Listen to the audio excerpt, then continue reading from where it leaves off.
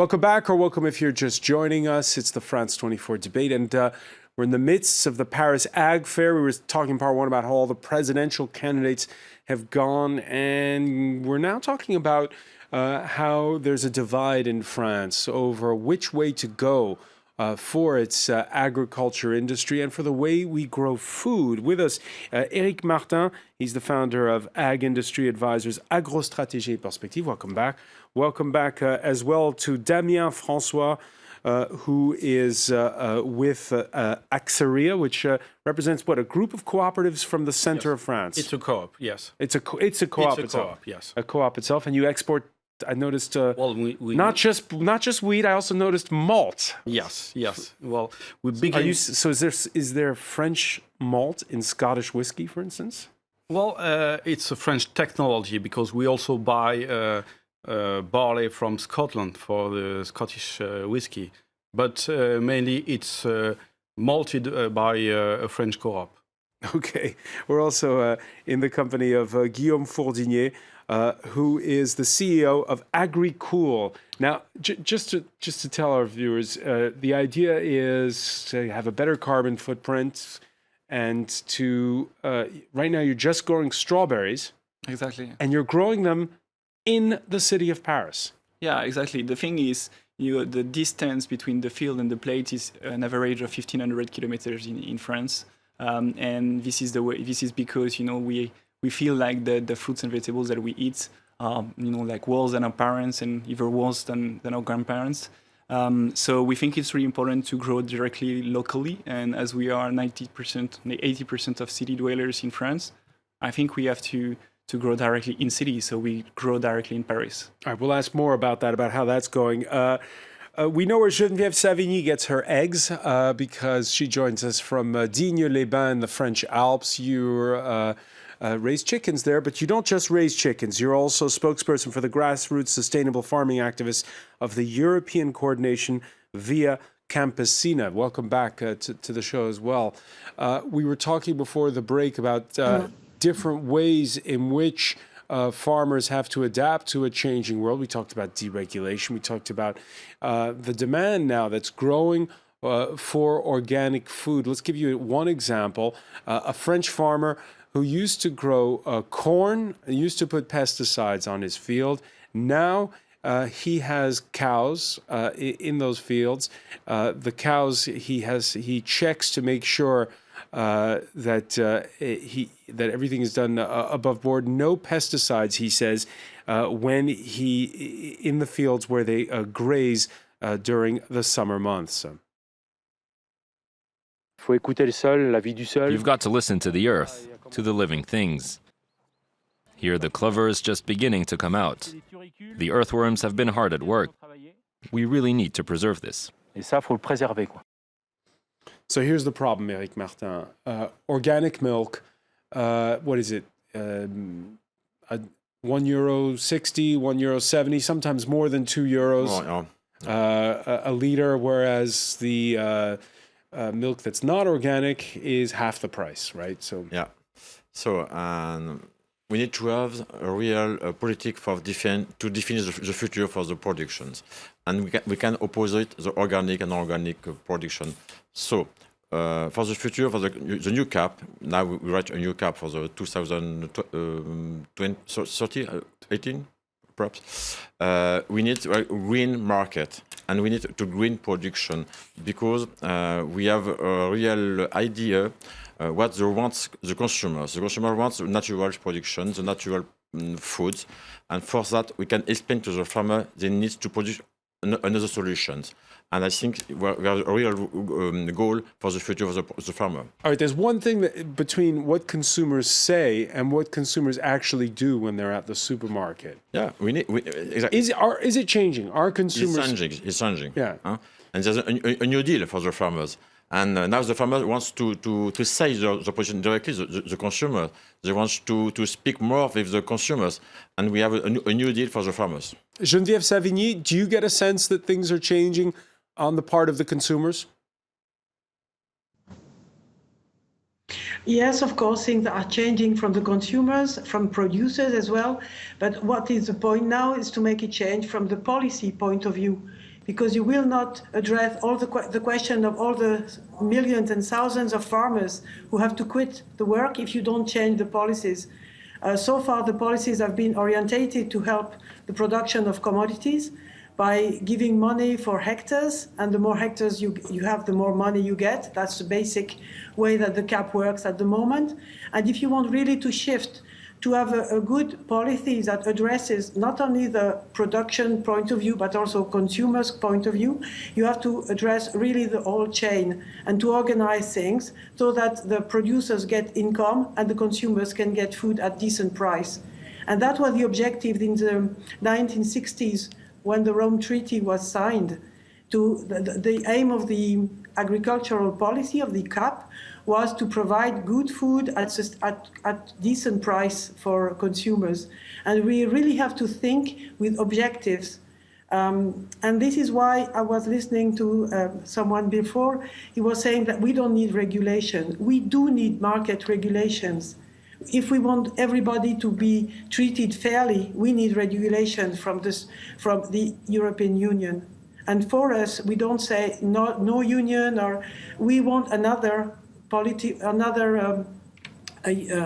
EU. We want another Europe, and which addresses more social, environmental issues than economic issues, like it's been the case recently.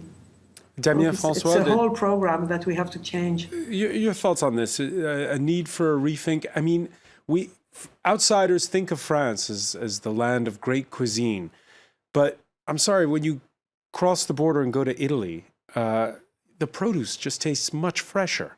They don't have as many of those hothouse tomatoes that we have here. The quality of the produce is better, and there's a sense that something's been lost. Well, that's a pity that you think that French products are not tasty. Well, I'm sure you are. If you have a lot of money, you can buy tasty products. That's for sure. But you go to any French market in the Paris area, and you have the same tomatoes that you'll get from Rungis, from the big wholesalers market outside of Paris. Well, I mean, French farmers and Italian farmers produce what the market is asking for in terms of quality, but also in terms of price. And I think the solution is never unique. You cannot say, all consumers want organic farming because, we have seen that the cost is quite high. The solution tomorrow will be a bunch of solution between chemicals, between genetic research, between agronomic research. Thinking about soils is very important, but we need all these tools together and not having a drastic regulation about one tool which is drastically forbidden. Well, farmers need to have innovation, research under their mind. All right, so let me ask you then, because it's the topic right now. It's this herbicide called Roundup. That's how it's commercialized under it's a glyphosate, I believe it's called. Glyphosate. Yeah. Glyphosate, excuse me. It's which has been commercialized by Monsanto. Roundup, which is very effective, but which can seep into our water, which can stay on the food. Should it be banned? Well, all pesticides are dangerous if they are not handled in the good way. It's just like your medicines at home. If you don't follow what the doctors told you, then you will have problems. It's the same with pesticides. The problem with glyphosate and Roundup is that it's produced by Monsanto, and this is a particular way of, an American way of producing. But we need all type of tools once again to produce. Having a straight ban on one product, I don't understand why this product. And let's look at all type of products. The way French farmers produce is very more efficient now than it was 20 years ago. So you're against the singling out of Roundup in particular? Well, I'm not against and pro. I just say we have to have a very scientific debate on it, and not just a poll about what do you think. If you're a consumer, you think you should never use any pesticide, but when you look at the price, you say, okay, maybe with a lot of regulation, we should use a bit of pesticides and a bit of agronomic soil conservation and a bit of genetic research, because if you give away to genetic research, then you will have more resistant plants, and then you have plants that you won't be obliged to protect with chemicals. The solution, once again, is not unique. You have to have a whole bunch of solutions. Let me tell you just one story about neonicotinoids. You know, these are also supposed to be banned next year. And if you ban this kind of chemistry, then farmers won't produce any more oilseed rape. This happened in northern Europe. And what happens now, if you don't have oilseed rape in the fields, the bees are not coming. Well, so you want to protect the bees and you ban a chemical, but then you don't have any possibility of growing, and then the bees are going out of the field. Geneviève Savigny, is it possible to have a compromise solution here when it comes to herbicides and pesticides? The problem with glyphosate is it's used as a part of a system that you use a lot of, and systematically you use this herbicide to kill everything. It's a weed killer, total weed killer, and it's part of a system. And the thing is, it's driven you away from agronomic solutions, from agroecology. And so this is why it's been chosen as a symbol of what's bad in chemicals used in agriculture. It's like I forgot what you use for animals. You know, antibiotics. You use antibiotics systematically in some way in some farms, and the problem now is general. So we have to get away from these modes of production and really go back to real good agronomy and real good methods. And I don't know if it's in between or whatever, but it's a way. And what is needed really now in the policy is transition, to be able to find good ways to finance transitions for the thousands of farmers who are ready to evolve and to change in a more ecological way. So I think this is the way we see it, really to push forward these agroecological modes of production. All right, the need for a transition phase into a new way of doing farming. Tell us, Guillaume Fourdinier, your strawberries here in the Paris area. Obviously, they're organic. That's what it says on your website. How does it work exactly? Well, actually, as we have to produce fruits and vegetables directly in cities to feed people with fruits and vegetables that can be really tasty, we transform shipping containers and we create a real paradise for fruits and vegetables inside.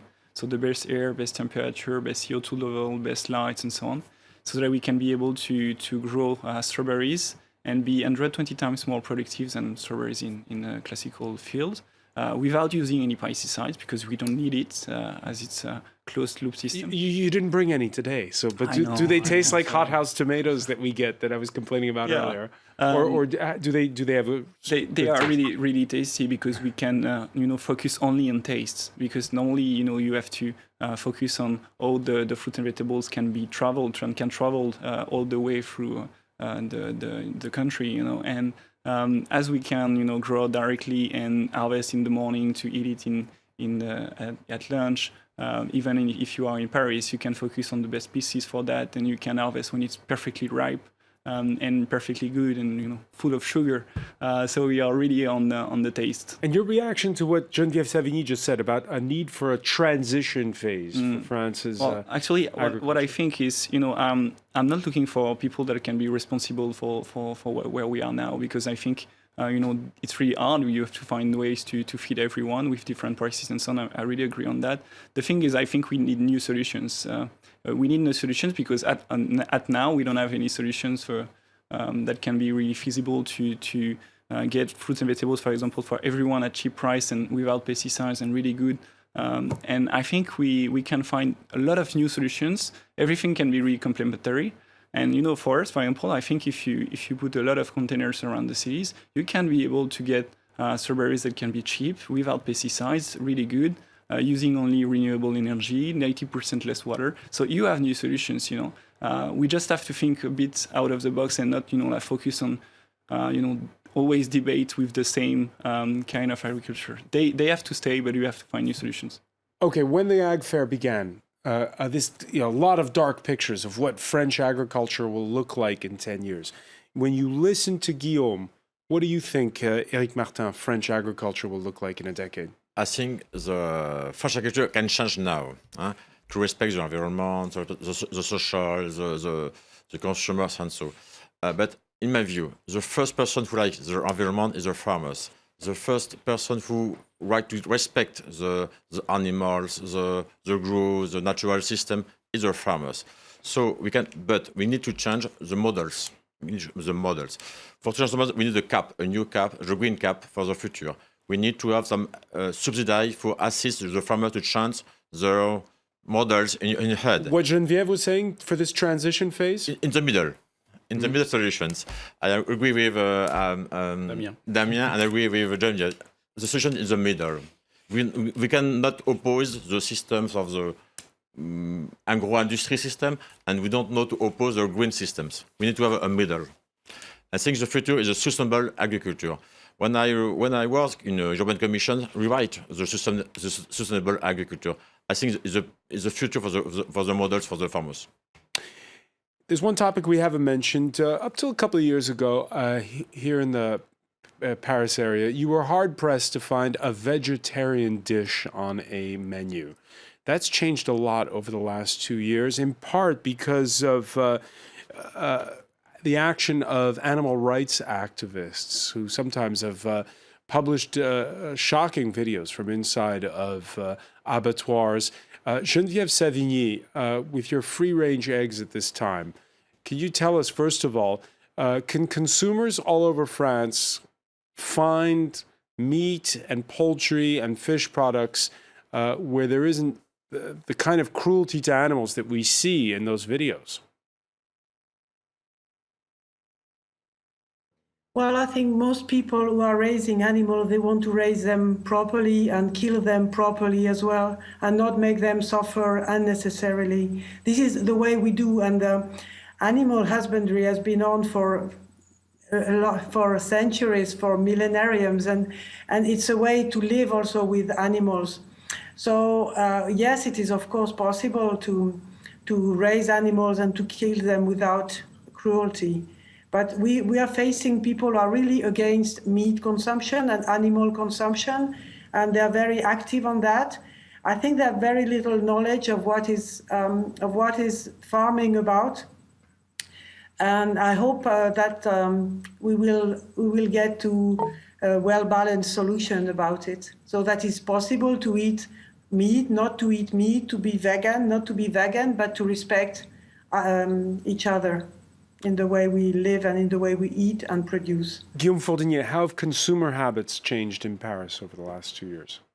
Well, customers are really changing, and people focus more and more on, you know, like healthy foods and getting really good and tasty and healthy fruits and vegetables and you know, like meat without cruelty and so on. And a lot of people are getting very vegetarian. I don't have any position on that, but it's a reality. I think people are really thinking on how they can eat better in the future, because I think it's a really hot topic right now. But I don't find so much solutions. So I think that's why people go a lot in the agriculture fair, because they like to see all these good products that you can find in the countrysides, and, you know, like all the wine and so on. But it's really hard to find that directly in Paris at a really good price. So yeah, there is a kind of, you know, like they think they want something new, they want something really good, but they can't find it. So, you know, sometimes there's a bit of tension on that. Damien, François? I don't think you give a fair view, or activists give a fair view of what agriculture is like. Well, I don't know any farmer working you told about factory farms. Well, every farmer, well, they wake up early in the morning, they put their muddy boots on, and they go in the fresh air, and they like this kind of way of living. And I'm sure that they want. But there was blowback from farmers themselves over this. For instance, this big farm that was north of Paris, the 1,000-cow farm. Yes, it's one type of farm. Let's take your car and go and see what this average farm in France is. It's a family-owned farm, and the farmers, they borrow the land to their children. You know this sentence, and they are proud of it, and they want to keep a normal way of life, and they are the most interested in environmental welfare. So let's have a fair view of agriculture, and let's see all the efforts that have been made since the 60s. Guillaume, talking about this, people, they still have this, more than ever, this striving for the land and for things that are genuine, for products that are genuine, that come from the land.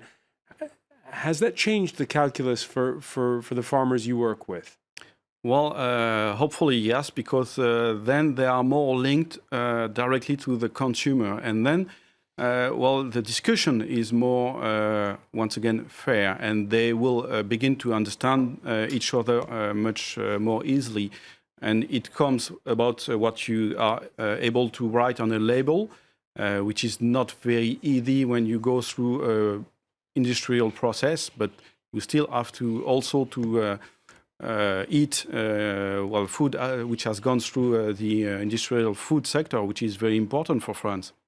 And even in this food and industry sector, you are able to explain to the consumer how you did produce, and it's usually not the way they think.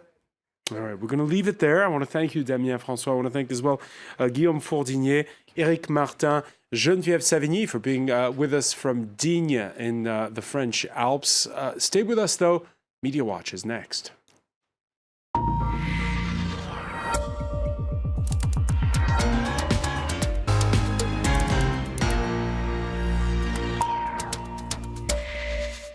And we say hello to James Creedon. Hi, François.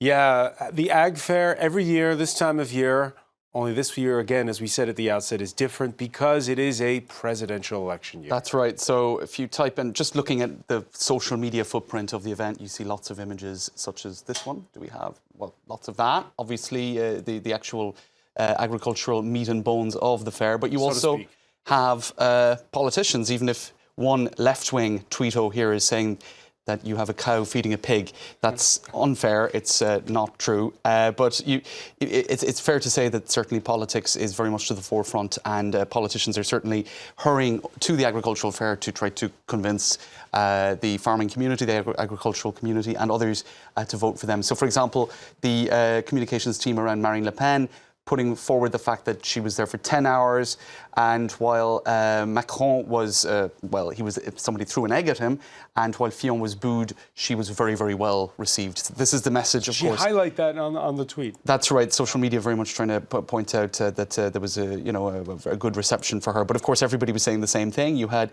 Benoît Hamon here, accompanied by candidate. That's right, accompanied by a senator, and he is also trying to get his message out there through social media, talking about his policies for farmers. Of course, his universal minimum wage is something that he has particularly targeted towards the agricultural community, saying that this would reduce some of the difficulties that they have, small farmers, etc., in terms of just getting by. You also have Emmanuel Macron, of course, who was at the agricultural fair, and he was egged. That was an unfortunate moment for him, because it really became the image that was across. If you type in Macron Salon de l'Agriculture, this is what you get. You get repeated images in a loop of him being egged, and so that sort of drowned out his message. I suppose a picture speaks 1,000 words. Certainly, that's very true when it comes to you can have the most elaborate, sort of constructed speech or speaking points possible, and then a moment like that just takes over and becomes kind of crowds out all the rest. Here he is in discussion with certain professionals in the dairy sector. So each trying to get their message out there, and that is a crowd of journalists surrounding him. What else you have? Of course, the fact that François Fillon, this is all yesterday, cancelled his appearance, or at least pushed it back, postponed it. The fact that he wasn't there when he said he'd be there in itself became a subject of discussion. And so there you go. Also, a lot of international stands promoting their presence at the Salon de l'Agriculture from various different African countries. So there you go, François. There is, I think, really, if you go on social media at the moment, perhaps unfortunately for those at the Salon de l'Agriculture who would like to draw attention to the issues that they're concerned about, politics is really drowning it out. There's only kind of one, I think, conversation going on right now, and that is the upcoming election. The upcoming election, indeed. Many thanks, James François. Creedon. I want to thank our panel once again. Thank you for joining us here in the France 24 debate.